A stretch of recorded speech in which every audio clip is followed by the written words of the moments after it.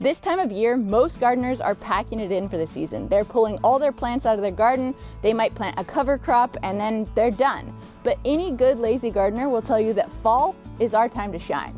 Let's take a look at what's going on in the garden. Everything for a lazy gardener needs to be on the way, in the way. We've got wood chips. Howdy and Bella, my donkeys, were kind enough to poo in it, but that's actually really great. We've got a bucket, our fertilizer, real stinky goodness. We're actually gonna take a little scoop of that and add it to our watering can because we do want to make sure that we're constantly adding good nutrients to our soil. I never use synthetic fertilizers, even organic ones, because those tend to kill the fungal growth in your soil. Fungal growth sounds gross, but it's actually really cool. As we're walking through here, I want you to notice that, first of all, if you watched our lazy gardening summer tour that showed you how to never weed or water your garden, these trellises are a lot emptier than they were in that video. That is partially because it's the end of the season. It's also because a lot of our summer plants need that shade in the heat of the summer. But now that it's fall, we want to give these little baby plants down here more access to sunlight so that they can get established and thrive the way they need to.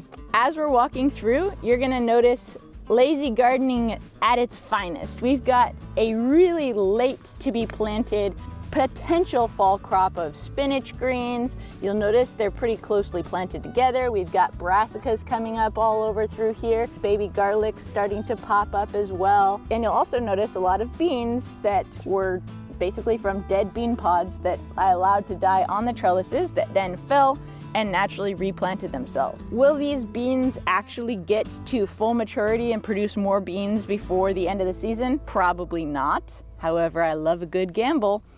But I actually don't really care if these bean plants do in fact grow to maturity. What I really want is the nitrogen fixing capabilities of a bean plant that is definitely going to be here. So even if these plants die in place, we'll make sure that we come back later and cover them up with a little layer of mulch, and then all of that will decompose in place and we will have given ourselves a little natural fertilizer. Coming through here, you'll see the very last few stragglers of our passion fruit. With all of the plants that are still in the garden, I want them to ripen on the plant or on the vine as much as possible.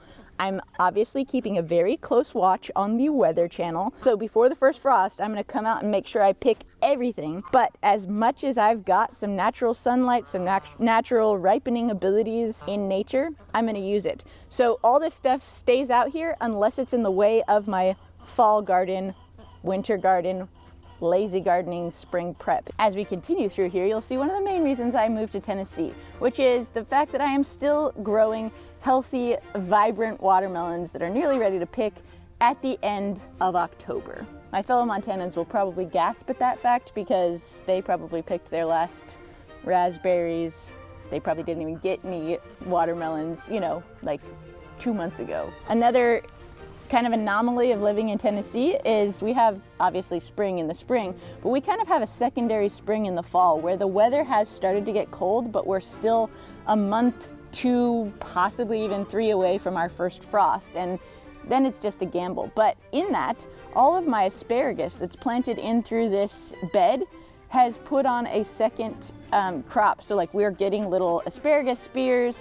This is a female plant that's creating some little baby seeds. It probably won't actually grow to fruition, and that's totally fine because asparagus is a perennial crop. They come back year after year.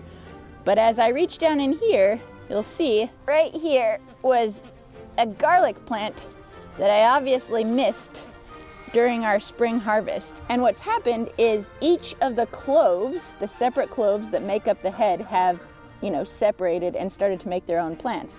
This is not in any way a junk plant. I've actually just gotten a free head start on my fall gardening because these have already established roots and everything. So I don't want to just leave them all in the ground in the same place, or there's not going to be enough space for those heads to fully mature in the soil. So what I'm going to do is just separate them apart and replant them nearby one another, and miracle of all miracles is about to take place.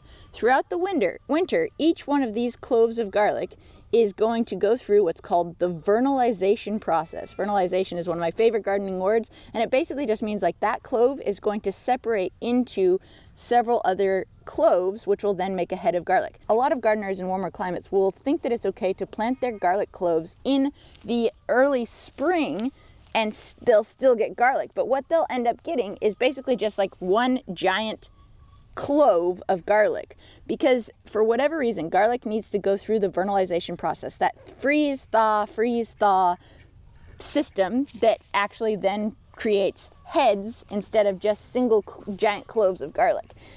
And if you live in a place where it never freezes, you can fake the vernalization process for your garlic cloves by just putting them in the fridge for a few weeks before you plant them. And around these parts, if this wasn't already growing and already established, I can get away with planting garlic even into basically December. So we're a little ahead of schedule here, but hey, a lazy gardener takes every opportunity we can get. Also, very cutely, down in here, you'll see the starts of some little baby asparagus plants from seeds that I've collected and replanted over the last few years from other, more mature asparagus plants like these. And we'll just keep on going in this direction. All right, here we are in my hot sauce factory. We've got Carolina Reapers, habaneros, a new Korean kind of pepper that's really, really spicy, ghost peppers, you know, all of the things that'll make you really regret your life choices. As I'm coming through here, there's a few important things that I'm doing. First of all, I don't want to leave any partially formed or rotten or little baby peppers on the ground, because the absolute last thing that I'd want would be for these to go to seed next year and to create their own little pepper plants. Whenever we're planting our own seeds, whether intentionally or unintentionally, we want the absolute best, the biggest, the most vibrant, the healthiest version of every plant to be the one that we collect the seeds from. So these things go right over the fence to the geese and to the chickens. They can't taste the hot peppers. It's actually really good anti-parasitics for them, so there we go. Also, just like randomly of interest, anytime we see weeds down here, we are going to just pull them and do what's called like the chop and drop thing. And here's an interesting thing. If we look really closely, these little weeds are actually going to tell us that our soil is a little bit lacking. It needs a little bit of vitamins, nutrients, minerals, and good news, we've got some of those pretty handy, and we can add it right now while we're thinking of it. Our own little homemade fertilizer. So we're going to wet down the soil with a little bit of that diluted forest plant detritus Korean natural farming solution. So at this point in the season, I am going to come in and cut off all potential baby peppers or flowers or anything, because at this point in the season, I know we're not going to have enough time for this little baby to grow to full ripeness and actually ripen. So I don't want this plant to be putting any energy whatsoever into creating new little peppers or ripening little peppers. I want to put it all into ripening the fully formed peppers that we've already got, because I know I'm risking leaving these all out here at the end of the season like this. I am watching the weather like a hawk, and come any chance of that first freeze, I'm going to come in and I'm going to harvest the rest of the peppers. I'll let the green ones ripen on the counter. Then I will also trim down the plant to its absolute bare minimum and overwinter it. This is how I'm getting such huge pepper plants. A lot of these plants are actually 2 or even 3 years old. And what I've done is just overwinter them in my garage and plant them when the weather starts getting warm in the spring. So you saw my little bucket at the entrance of the garden, and I'm just gonna grab that, and I'll be tossing any of that plant matter that I'm cutting off of these plants at this point in there. I have a little T-Rex arm at the moment. I'm putting all of this plant matter into this bucket so that once we're done here, we will put all of that into the compost pile. Though with my little weeds, I'm chopping and dropping or picking and laying them in the soil, we don't want any of the plant matter from these plants to actually lay down in the soil and get wet and then potentially splash back up onto the plant, because fungus and disease that is not good for the plant can really multiply down in the soil down there, and we don't want to disease or infect the rest of the plant with any of that stuff. Generally speaking, I'll advise people not to ever let their pepper or tomato plants touch the ground at all. I mean, obviously aside from the roots, but you know, also sometimes we're using the like really weird, random, janky trellises to make things work, and it's okay. These scissors really suck, so we're not going to do very much of this. Okay, so back in here you can see I just was basically cleaning up some stuff back here and realized that the wood chip layer was getting really, really thin. So I came back in with some of that sawdust from cleaning out the wood shop, and I just reestablished it, put it down on the pathways. Because again, the best thing as we're pulling anything, as we're walking around looking at our garden, if we are ever finding exposed soil, we want to get that stuff covered up immediately, if not sooner.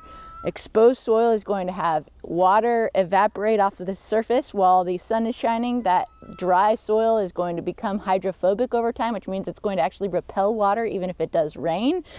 It's going to turn into dust and blow away in the wind. Or if we have a heavy rainstorm, it's going to then wash away. And then we're losing absolutely crucial vitamins, nutrients, and minerals from our soil, which, if we're just a little careful about keeping that soil covered at all times, we're never going to lose. We're seeing some more new growth on our asparagus. We're also seeing some more garlic coming up. You're seeing some remnants of some of those cucamelons that are actually great ground cover, and once you've planted them once, you're going to have them for the rest of your garden, whether you want them or not, so we just embrace it. But as we're back here, you're going to see a ton of perennials interplanted with annuals. So perennials are plants that are going to come back year after year. Asparagus is one of those plants. In fact, we don't even want to harvest asparagus until it's been in the ground for at least 2 years. But with all of these annual or single season crops planted amongst these perennial plants, I'm able to utilize way more of the garden space throughout the gardening season, but it would make it very, very difficult to actually plant any cover crops and use them the way that most gardeners do. First and foremost, most cover crops are actually going to provide soil with something that we don't really need a ton of here, which is nitrogen. A lot of people will put nitrogen-fixing clover and other legumes as their cover crop, but because we have a lot of animals, the chickens, ducks, cows, alpacas, donkeys, pigs, etc., that are constantly donating their manure to our compost pile, we actually get plenty of nitrogen as it is, and that's actually why we can get away with using so many wood products, wood chips, mulch, arborist chips, etc. in the garden. But even as I pull away like a tiny bit of soil here, you can actually see right under that top layer of wood chips, you can see tons of mycelium. All that white stuff in there, that's mycelium. It has all these little root hairs, and this is our ticket to success as lazy gardeners. There's also quite a bit of research that suggests that the mycelium network in the soil is actually how plants talk to one another and tell each other, hey, I need a little bit of this mineral and this nutrient over here, can you send it on over? And then somehow they do it. Nature's weird and wonderful, y'all. And actually, just behind you, we have the leftovers of our first planting of mushrooms that we actually want to eat in the garden. I put this morel spawn down along with some wood ash from the fire, and then because there was like a little bit of dust left in the bag, I wetted it all down with some other sawdust and some other wood ash, and I put it in here to, you know, kind of matriculate a little bit, and I'll spread it around as time goes on. As soon as we do get that first frost and we start pulling all of these annuals out of the garden and reforming our garden beds, we are going to plant more kinds of mushrooms, namely wine caps and oysters, and hopefully get a whole nice crop of spring mushrooms on our table, as well as our spring garden. Back behind me here, you see more asparagus and a dahlia that I probably should have trellised way earlier in the season, but actually it's finally blooming now. And honestly, the dahlias blooming are my favorite part of our fall garden because, I mean, just look over there. It's pretty phenomenal. All right. Back in here, we've got my asparagus propagation station, and far more importantly, the figs are starting to get ripe. All of these figs all over the farm started as a few tiny little plants that I've been working on propagating, multiplying, dividing, and now we're getting quite a healthy crop of little figs that are just starting to get ripe now. So I've been enjoying quite a bit of goat cheese and fig and other fall delights on my charcuterie platters. We've got a couple more that are not quite ripe, but are getting there. This one actually wasn't quite ripe, but I just love the way those things look inside. So cool. All right, guys, enjoy. I think I probably feasted on all the ripe figs yesterday. Meow.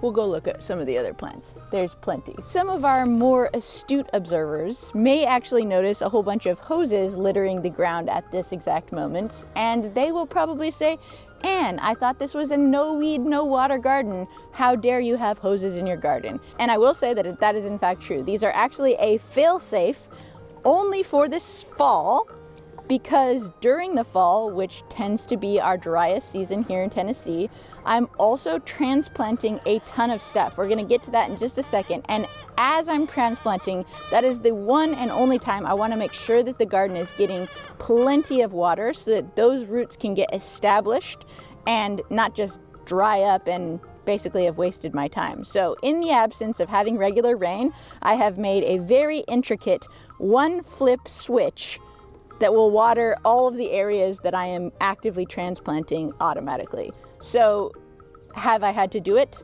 Yes. 2 times so far this year I've had to turn on these hoses. But in a growing season that's been 9 months long, having to flip a little switch to water transplants twice in that entire time, not too shabby. And because I've been using these to articulate my points, it's probably a good thing to mention that I am trying to limp my okra along and get the absolute last first fruits that we can get from these very old plants.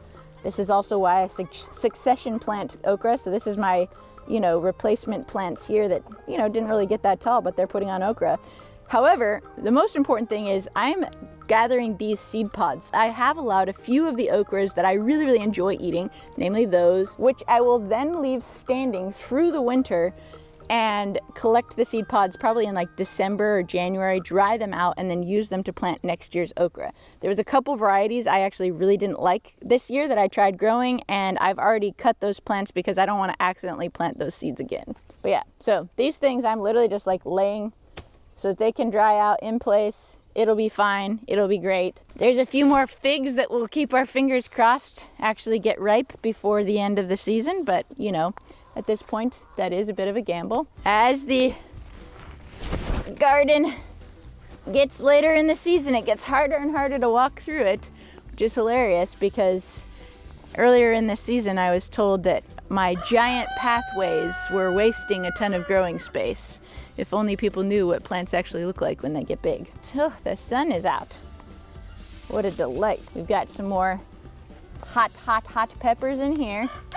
We're letting as many of these ripen on the plant as we can.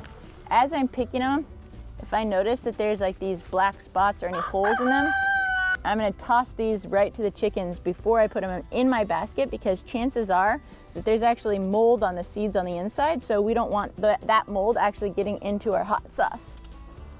So there, to the chickens that goes. And as we're in here, I'm grabbing all of these marigold pods that have dried up, because inside each one of those little darts is a seed that will create another whole marigold plant. So to think that all of this came from one of those seeds, well shoot, all of a sudden buying seeds doesn't really make a whole lot of sense anymore, especially if it's for plants that you really, really like growing. We'll put those in there, they'll dry out inside, and we'll have more marigolds again next year. Of all the seed collecting that one can do, I would say marigolds are like probably the easiest plant to collect seeds from. Oh look, here's another cute little watermelon. And it's sitting next to this year's garden failure, which I shan't be repeating next year. This little variety of eggplants was just absolutely terrorized by flea beetles from day one, and so we won't be planting those ones again this year. Looking down in here, this doesn't look like much, I know, but there is some little starts of some bok choy that some little jerk has been munching on. We've got lots of leaf matter. Oh, I planted a lot of that morel spawn in here, covered it up with leaf matter, wood ash. We'll see if they grow. The chances are not high, but it's possible. And we've got more marigolds of a different variety on this side, so I can pull these ones. I absolutely love this variegated color here, so I want to make sure I'm saving enough seeds from these to be able to get plenty of them next year. All I'm doing is literally just pulling off that pod. I'll put them somewhere that they'll be able to get nice and dry and not mold. And we'll grab a couple of these yellow marigold seeds so we can make sure to get a nice color variation. If I was more organized, I would label each marigold seed by color, but let's be honest, I usually end up just mixing them all up, tossing them out in the garden and seeing what thrives where, and it ends up making things look pretty good. And before we walk too far away from here, I want to come in here and snag this. This is a seed pod for my favorite dahlia, this one right here. I think that this is like the single prettiest variety of dahlia that exists. Here in Tennessee, a far easier way to propagate dahlias is to reach in and to grab one of their tubers. These tubers will create a whole new dahlia plant, and in a climate like ours here in Tennessee, these will multiply underneath the plant a whole bunch every year. So actually, to keep these plants from getting too crowded, I actually have to go in and dig up the extra tubers around each one of these plants and then take the tubers and plant them elsewhere, which is also part of how I've gone from so few dahlias turning into so many dahlias and littering our entire property with them. In a lot of cold and wet climates, you have to actually dig up your dahlia tubers and dry them and store them throughout the winter to make this plant actually the perennial ever-growing plant that it is. But here in Tennessee, as long as after the first frost I come back, cut off all the plant matter, mulch this heavily, it'll come back in full force in the spring, and I'll have even more tubers that I can then literally just reach into the soil, grab, pull out, stick into another place of the soil, and they will multiply. However, though this tuber will give us a great head start, it's also really fun to plant the seeds of our favorite dahlia plants. So this thing still needs to dry out, so I'll leave it out in the sun in a place the chickens won't get it, and it'll dry out. But just like the marigold, inside this bud that we pulled off of the dahlia plant after the leaves had fallen off is hundreds and hundreds more of this, my very favorite dahlia variety. Here's some zinnias, which are very similarly easy to propagate. You just take the seed head when it's done, dry it out, and you get a whole new zinnia plant. But what I really wanted to show is my late season tomatoes, which are not a good example of what late season tomatoes should be like because they need a little haircut. So I'm gonna put my bin over here and we're gonna give this gal a good haircut, just like we did with the pepper plant, because at this point we do not want any of this to get up on any of the rest of the plant. We don't want the plant putting any other energy into any other fruit production or plant production. We literally just want these tomatoes that are on the vine right now to ripen in place. And tomatoes are especially persnickety with wanting to spread diseases if they don't have enough ventilation, like if there's too much plant matter curled around, or if they've got plant matter that's touching the ground and that rain's bouncing up and spreading those funguses and diseases. But I'm gonna just come in here and pull off all of this extra plant matter, toss it all in my bucket, and hopefully give the last little crop of tomatoes that are already growing on here the best chance possible at ripening.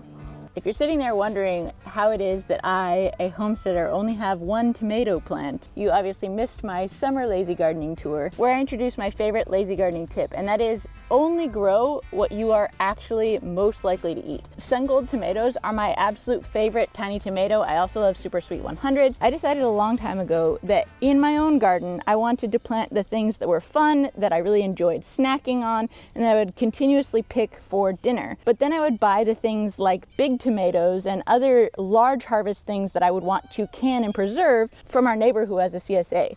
Ultimately, that allows me to reserve my gardening space for the things that are like most useful to me. It reduces a lot of my work throughout the gardening season.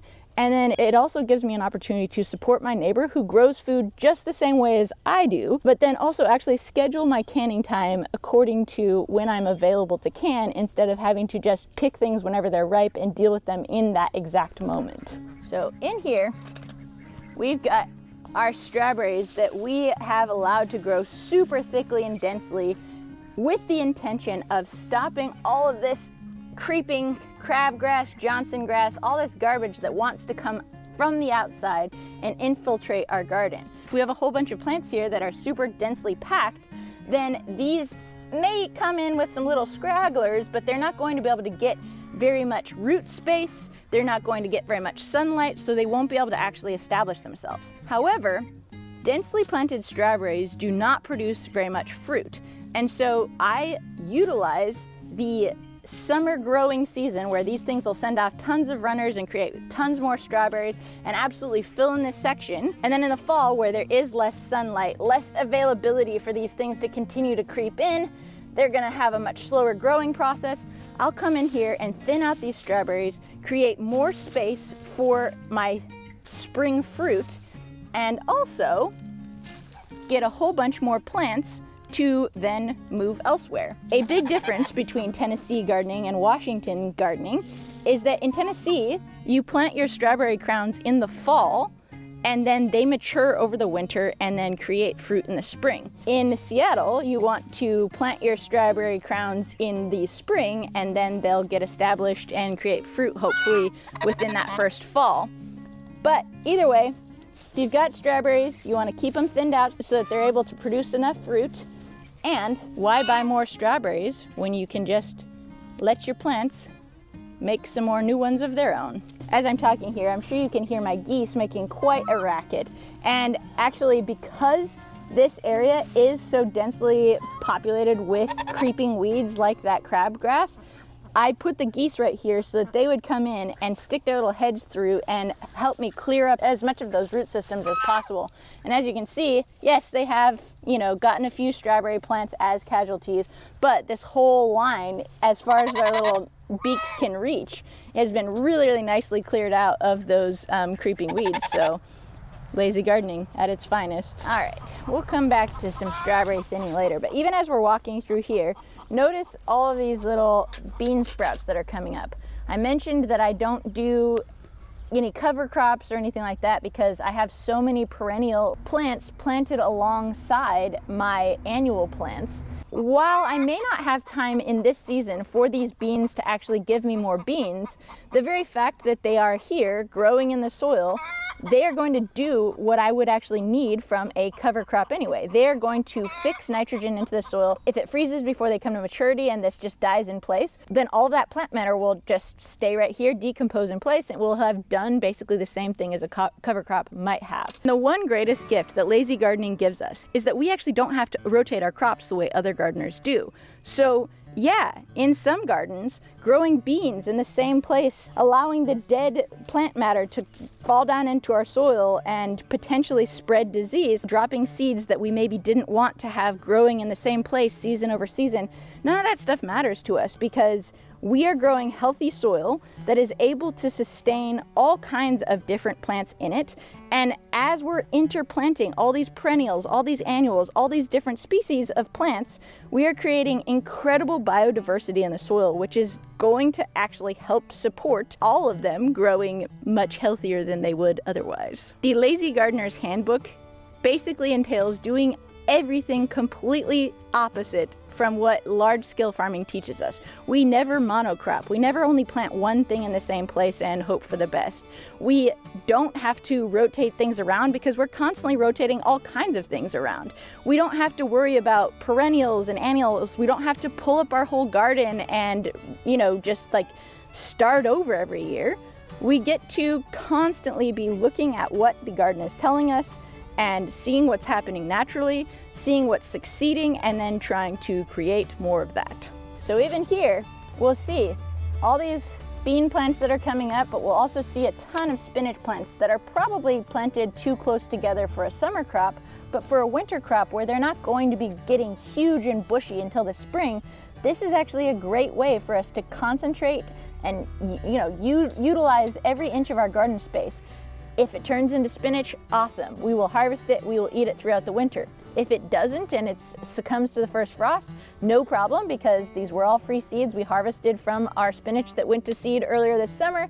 And at the very least, they'll drop their nutrients into the soil. If they die in place, no problem. We get to utilize and reutilize, reduce, reuse, recycle, all the things all the time. And that's what makes us good lazy gardeners. So just in case I don't remember to plant all those strawberries right away, we're gonna give ourselves a little fail-safe. We'll put some of these moist wood chips on top of them and pack it in. And honestly, if I wanted to send some strawberry crowns to some of my friends in Seattle, I could absolutely do so just like this, because this sawdust would maintain those crowns throughout the season and they could be planted in spring. But here in the South, we gotta plant them in the fall, so no problem there. And since we're here, you can see the result of my most recent mushroom adventure. Because I was in the woods already, fall is a fantastic time to propagate woody plants. These are all blueberry plants that I found up in the forest while I was up there. I want to cut off all the greenery, cut them down so that they don't have too much to support above the soil. But then I'm going to just drop these naturally cultivated for our very own soil here in Tennessee blueberry plants right in my garden, and free plants. The other thing I do every time I go into the woods to look for mushrooms is I grab a handful of leaves, and then I take those leaves and put them under some of my bushier plants. So whatever good stuff is going on in that leaf matter out in the forest, I can bring and then introduce into my garden as well. And then all the plants that I've stolen from that very forest will have a good head start. Here's another funny thing. I am cutting all of this leaf matter off of these roots so that they don't have very much greenery to have to support above the growth line. But because it is fall, this is actually a fantastic time to just do some experiments. I'm going to literally take these little sticks that I've just cut off, and instead of just throwing away, I'm going to stick them down into the soil. Some of them may turn into blueberry plants, and if they do, that'll be awesome. And if not, nothing ventured, nothing lost. This is literally just going to decay in place, and then we will have a whole bunch of sticks and things that, like, you know, went from the forest and then decayed in place. So blueberry planted, blueberry planted, blueberry planted. So most of those little blueberry stems that I just planted are not going to take, do you mind? Ma'am. Thank you. Are not going to take because they don't have, you know, kind of like the right plant structure to actually take. But I mean, it's always worth a try. This one, however, is actually a really good candidate because I left a couple of these leaves here, but you see all these little nodes down here. If I just were to take each one of these nodes and just scratch it off a little bit with my thumb, like this, and then I plant this all the way down like this, each one of these nodes will have a high probability of actually creating a root nodule or whatever, and then all of those roots will spread out, which will actually give this plant, if it actually works, a huge head start as far as like root availability come spring. So we're going to take this and we're going to plant it in some really, really rich soil. And then we'll also just take these guys over here and plant them somewhere we can find space for them as well. And I will just say that this forest robbing stuff really works because, I mean, here's a blueberry that I stole from the forest last year that would certainly be thriving a whole lot more if I wasn't so concerned with growing more dahlia seeds next to it. But here we are. But I mean, yeah, I mean, this put on blueberries this year. So it works. You just got to be patient. And also, like anything in life, the more experiments you run, the higher likelihood you have of ultimate success. So, you know, if I plant 100 little free blueberry plants and only 10 of them grow, well, shoot, I've had 10 free blueberry plants and I've saved myself many, many hundreds of dollars. So we'll take this little guy and shove it down deep in there as much as we can. Shush, ma'am, my Lanta. There we go. Get it as deep down in there as we can. It'll get access to plenty of space to create new roots. And we'll put that around it and it'll have a good chance at success. And if you back up a little from here, you can see this is my snow peas that are starting to come up, and hopefully we'll get some snow peas before the frost. We've got some dill, got some cilantro there. Got some brassicas coming up. This is my last, you know, forest pilfering job, a little muscadine grapevine that I stole from the forest edge. And then you can actually see my previous one from last year. And all of this is coming from one tiny little thing that I stole a year and a half ago. Thriving. In here, we have a whole lot of work that needs to be done as far as thinning out these strawberries goes. And I'm gonna use a little bit different process over here than I did over there, because obviously here in the middle of the garden, I'm not nearly as worried about weeds that are creeping in from the edges, but I am very worried about maintaining the shape and size of this bed. So I'm actually gonna start from the inside closest to the trellis here and start pulling these crowns. Obviously, I'm not gonna make you watch me do the whole thing because we've got about 4 50-foot rows of strawberries that have basically started from 25 original strawberry crowns. But shoot, we use what we got to get where we wanna go. And where we wanna go, eventually, is to have a huge orchard and berry farm that we made for free. Probably the raspberries were the one worst casualty of not watering all summer because they definitely got a little dry. But here we are, October, still finding some little straggler fruits that are delicious and delightful to eat. I think my love of snacking is probably the thing that drives my gardening more than anything. As we're walking through, look left, look right, look at the beautiful dahlias. At this point in the year, it really does make me sad to leave these like really ugly, dying looking flowers on the vine. But you'll notice if you look around, it's actually in these dying flowers that most of the late season pollinators like honeybees and bumblebees actually like to hang out in these, sleep in them and things. Not to mention, I want these little seed pods to matriculate so that I can actually pick them after they're dry and create more dahlias next year. As if we need any more, because actually they're kind of just taking over everywhere we look. We'll just set this down for 1 second, see if we can find any ripe figs to eat. These guys are all little stickies that I planted earlier this year and are putting on tons and tons of fruit. We've got some that are ripening up this stick here. You can see up and down all the fruit along those stems there. We've got some ripening fruit up here. See if we can find any ripe ones. Yesterday I ate so many figs that I got a stomach ache and Adam was making fun of me, and I think that that's probably why we don't have as many ripe ones today. Darn tootin'. We'll have to prolong that snacking for another day. Oh, a watermelon. Nice. Sweet.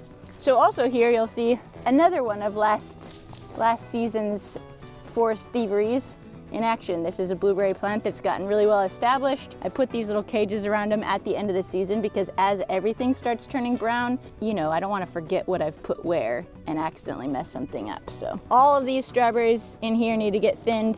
This is one of the dahlias that I really want to make sure I save seeds from because I absolutely love it. So I'm waiting for some of these things to die off and we'll be golden. Directly behind you, young cameraman, we see my cold frames. These are the only raised bed type things in the garden, and that's because they have these sweet little lids that are back there that once it does get, you know, to freezing temperatures, I will actually put the lid on it and retain some of that heat. But we've got some lettuces, some carrots, some of my favorite baby bok choy getting ready here. We've got arugula. One of my absolute favorite ways to have mashed potatoes as the holidays are upcoming is, you know, you put like the most buttery, creamiest mashed potatoes on top of a bed of arugula, add some more butter for good measure. It's delightful. Found this little muscadine grapevine in the forest a few weeks ago, just dropped it in the soil. We'll see what happens there. We've been planting strawberries up along this edge because we do have some creepers trying to come in from that side. Here's another little blueberry from a former foraging trip that I need to actually remember that it's there. So hold please, I'm gonna grab a cage really quick. Do you remember the blueberries I put in December? Darn tootin', I can't wait for this little one-handed business to be done with. That's good enough for government work. Oh, you also see I was drying out these soybean seeds so I could plant some more edamame from my own plants next year.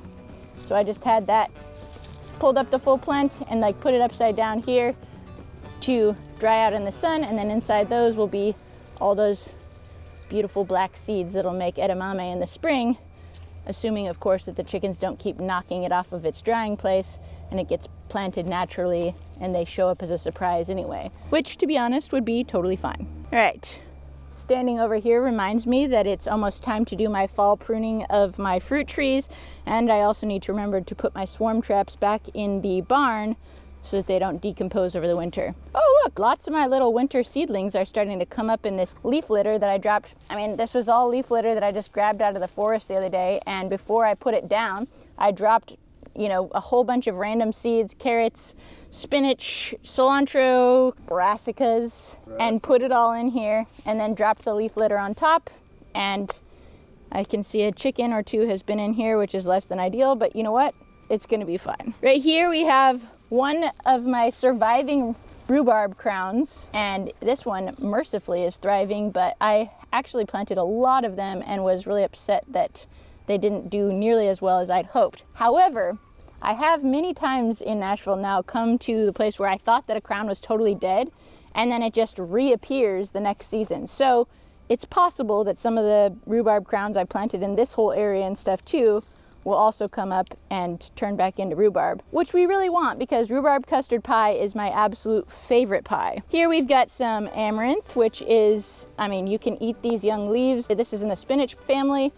These seeds are fantastic to, you know, if you want to turn them into flour, you can, but that's a very long and involved process. Turns out the chickens love them. It's a nice pop of color in the garden. It's great. Here we've got my artichoke plant, which is doing great. Happy about it.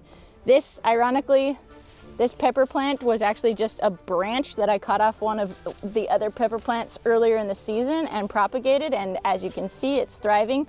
But we also know from our last pepper plant that we visited that we aren't going to have time for all of these little baby seed pods to actually ripen, so we're going to pull all those off in hopes that all these little guys have a chance to actually ripen on the plant.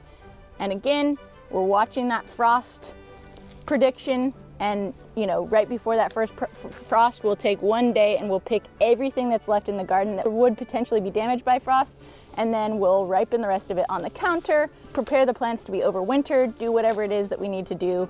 That last frost is basically the only time sensitive thing that we as lazy gardeners really have to think about. Here we've got a very dead watermelon vine, and that being the case, I'm guessing we're done ripening this watermelon. Whether it's ripe or not, we'll find out with my spoon at lunchtime. Okay, put that into my barely functional melon holder. We'll grab all of the plant detritus that we got in our trimming. We'll drop this in our harvest basket, and while we're here, what is this? Exposed soil?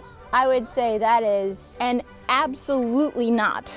So that's why we put everything that we need in our way on the way. We're just gonna take a little bit of this little decomposing wood chips with free donkey manure and cover up any of that bare soil so we don't get the things we don't want in there. All right, now we'll grab this, bring it over to our real secret weapon as lazy gardeners, the compost pile. Now, as you can see, I have some of our classic farm freeloaders doing their best work in the compost pile right now, which they're not actually supposed to be. Lucy, please don't be a jerk. It's almost time to butcher the pigs, girl. Don't cross me, bacon's delicious. All right, we have some farm freeloaders right in here as we speak, doing, I mean, I don't want them in here, and yet here they are anyway, so we're gonna put them to work. Anytime I throw anything green into the compost pile, I wanna spread it out a little bit so that it's no deeper than like my fist. So I'm gonna spread this green stuff out just a little bit, because all that green stuff, as it starts to break down, is gonna, you know, kind of grab together. And we wanna make plenty of air space in our compost as it's decomposing. We want to create an aerobic, not an anaerobic or airless environment. Conveniently, I was just trimming all of my garlic, and this stuff, having already lost all its moisture, has become browns for the compost, so I can actually just layer all these greens in with these browns, and we've just saved ourselves a ton of work. Of course, the chickens are gonna undo every good thing I've ever wanted to do in my life, but in so doing, some good things will still happen, so it's not the end of the world. Composting is our greatest weapon that we as lazy gardeners have against the loss of nutrients and minerals and all the good stuff out of our garden as we continue to grow things in it. And over the years, I've made a lot of videos about composting itself, about how to diagnose problems if your compost pile isn't working, about how to create a pile in the city or in the country, and how to avoid pests. Like, all that stuff is comprised in one single article. So if you need a masterclass on getting a good start in your compost pile, check out my Squarespace website, annofalltrades.com. You can find it in the blog. Squarespace has been an incredible resource for me as I've learned all these lessons to actually be able to share them with the world by creating a very easy to use, beautiful artist design template that I can just drag and drop anything, like all those articles on composting, into one place that then shares it automatically with the world. Squarespace also makes it easy for me to sell merchandise, project plans, and even the online digital courses that I create. So if you're interested in starting a website of your own, check out Squarespace. And when you're ready to launch, go to squarespace.com/annofalltrades for a 10% discount. If you're planning on starting your own garden from scratch this spring, check out this video and you can see how I've built this garden completely from scratch, and I haven't weeded or watered since. Cheers!